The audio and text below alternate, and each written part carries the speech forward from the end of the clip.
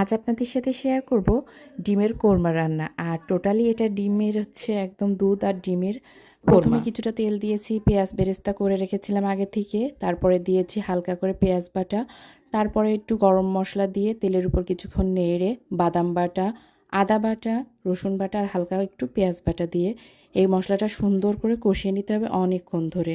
তো এরপর দিয়ে নিয়েছি জিরা গুঁড়া, তারপরে দিয়েছি হালকা একটু গোলমরিচের গুঁড়া, মানে একদমই দিয়েছি মরিচের গুঁড়া যাতে একটু কালার আসে। এরপর লবণ দিয়ে বেশ কিছুক্ষণ কষানোর পর ডিমটা ঢেলে দিয়েছি, মানে যেগুলো ডিম দিব আগে থেকে সিদ্ধ করে রেখেছিলাম। এরপর বেশ কিছুক্ষণ নাড়াচাড়া করার পরে কাঁচামরিচ দিয়ে দিলাম। কাঁচামরিচটা সবসময় দেওয়া প্রয়োজন, কারণ এর ফ্লেভারটা অনেক ভালো আসে। আর এরপর দেখুন আসল মজা, এই যে দুধটা দেওয়ার সাথে সাথে এত সুন্দর একটা কালার এসে গেছে।